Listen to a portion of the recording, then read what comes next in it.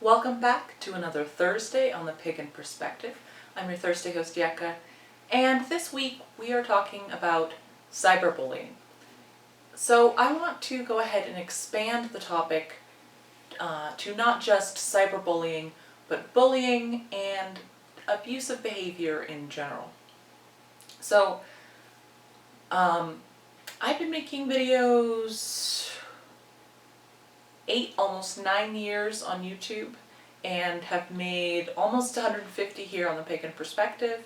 So like anybody who's made videos can tell you, there's a lot of really aggressive, rude, mean things that people will do sometimes.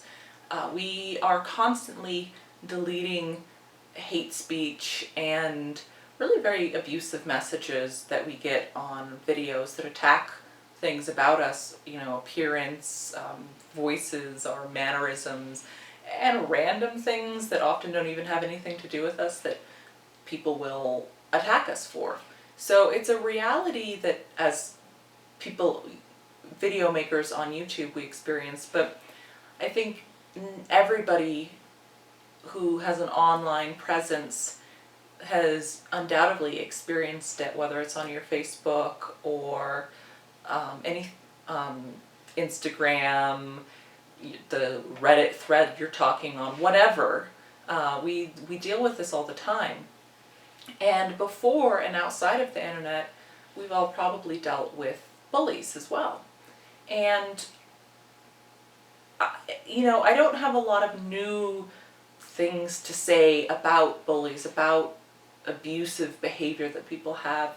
We've all experienced it, and we've heard, 1,001 different ways of trying to tell ourselves to really rationalize that it's not about us, it's actually about, that they are having a really hard time, that they've been taught to behave in a certain way, they're miserable, all of those things. So I'm not going to talk about that with you because I know that on an intellectual level you probably know that. What I do want to share with you is some techniques, some magical practices that I was taught as a young child, because as a child I was bullied, I was absolutely tormented in school. So, and I understood, I'd talk about it with my father, and I was given the same explanation that every kid is given. And that sort of helped. But what really helped was these two particular tools that I'm going to share with you on that you can practice. Now these are specifically about individual events that happen. There are broader techniques that you can use, like meditation and some protection, things like that, to deal with the stress overall, to deal with helping you through your whole day, through managing that sort of thing. This is about a specific event that you had. So again, not the only way to do it. This is just what I was taught as a child and found to be incredibly helpful. Excuse me, I'm supposed to turn that off before I start. So found that to be incredibly helpful to deal with these specific events. So in the moment, if you cast a circle, if that's part of your practice, you might want to do that quickly. But if that isn't something that you have time for, or not part of your practice, something that I do to help me switch space quickly to be able to do this magical work, as you might call it, or intention work, or spell casting. Cross your fingers, lace your fingers together like this, and go ahead and try this if you're watching or listening right now. When you did it, you probably just laced your hands the same way you always do, that you've done thousands of times. So go ahead and unlace them. Now you can see this is the way I do it. My right hand, my right finger is on the inside, and my left one is on the outside. So I'm going to unlace it and lace it the other way. So if you naturally do it this way, go like this, but if you naturally do this, put it like this, right? And feel how strange, that it feels strange to do it that way. You have to intentionally do it that way. So this to me gets me in another space. It allows for this relearning to happen that I'm going to do. So let's say a situation happened where there was ideal, and one of my jobs, I work in customer service, and sometimes some of those customers can be really nasty and can say things that are just bizarrely aggressive and mean, for whatever reason. So let's say a situation like that, I might be a customer service and I have a customer who comes in and yells at me because the Wi-Fi is not working on their tablet and they think it's our fault. Or you might be in school and the kid next to you makes fun of you. Or you could be online and somebody types a really nasty comment to you. So we have these very strong emotional, visceral responses to that, right? I know that for me, like, I can think of situations that have happened and I can feel, just thinking about them, my breath starts to get short and I can feel a response, right here in my body, just tensioning up about it. So go ahead and switch the way your fingers are laced. And this is great because nobody knows that you're doing anything. I mean, you're just lacing your fingers. And picture the situation happening again. So I'm going to use my example of a customer coming in who's really angry at me. And I can see them coming in, and I'm going to start before whatever the really emotional moment is, before the bullying or the meanness that they're doing. And I'm going to picture it as well as I can up until the moment that whatever happened. They open their mouth and accuse me of something, or they make fun of you, or you can imagine the person on the other side of the keyboard. Just make up, if you don't know what they look like, they might be someone you do know, they might not.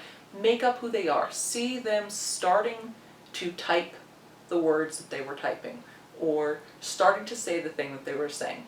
But instead of having what they actually said come out of their mouth or be typed, imagine something really funny happening in response. Something that gets in the way of them being able to actually be mean to you.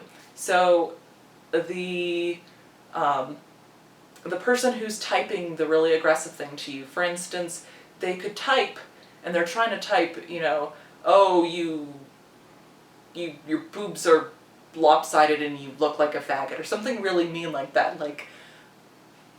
And so instead of that coming out, that every time they type, it says meow. And everything that they try and type just says meow, right? And so whatever is going to be funny to you, or again with the meow example, that the mean customer tries to be aggressive and they sound like a cat. Or, they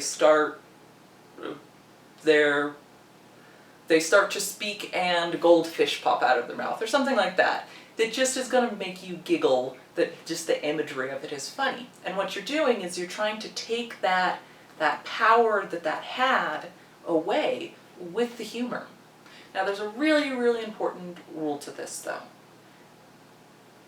Don't imagine harm happening to them, because that's not actually going to solve the problem. That's not going to help take the power away. It's going to create more negativity in you. So make it something funny, make it something benign.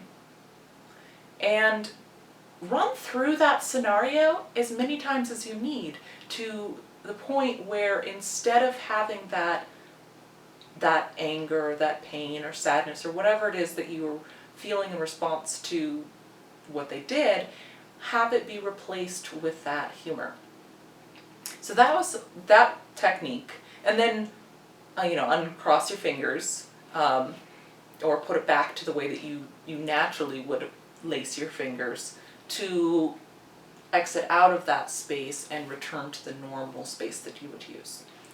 So that was something that my father taught me when I was really young to do, and was tremendously helpful in dealing with bullies and dealing with any sort of really high intense situation like that.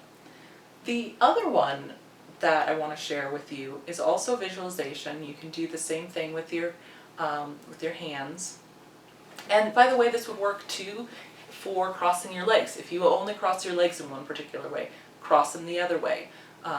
Find something that you always do one way and do it differently so that it feels a little bit odd and puts you in that very aware state of mind. This one is a little bit better for after the fact. Say you had that confrontation, that person said that really mean thing, typed the mean thing to you, or the customer was rude, or the classmate was made fun of you, or whatever, and you're away from that situation, maybe later that day, and you just keep thinking about it and it keeps going through your mind over and over again.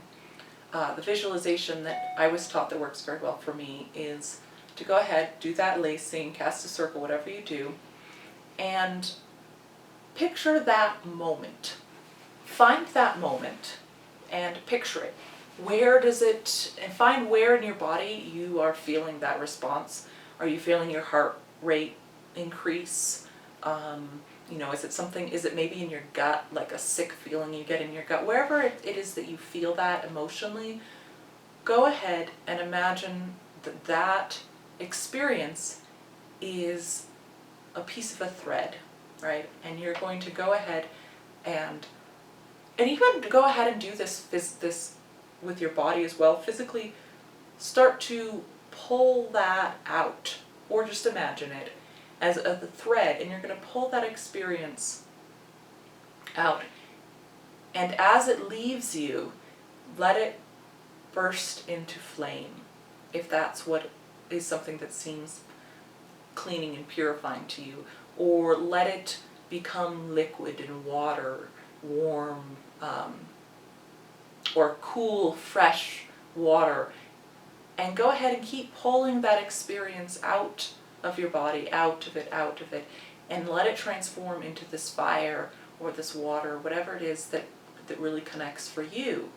And keep doing this as long as you need, and when you're done, take that fire, that energy that you've created, or that healing water, and bring it back into you so you're transforming that experience and that energy and bringing it back in. And then of course, return to your normal state. However, if you do that, unlace your fingers, open your circle, whatever you do, just come back to your normal space. And feel free to do that as many times as you need to be able to deal with that.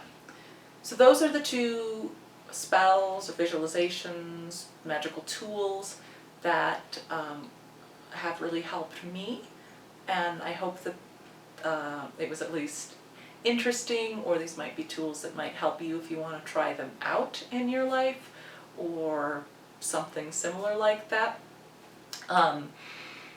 Would love to hear in the comments below if you have other techniques that have really worked for you, how you deal with that kind of behavior from other folks. And until next week, take care.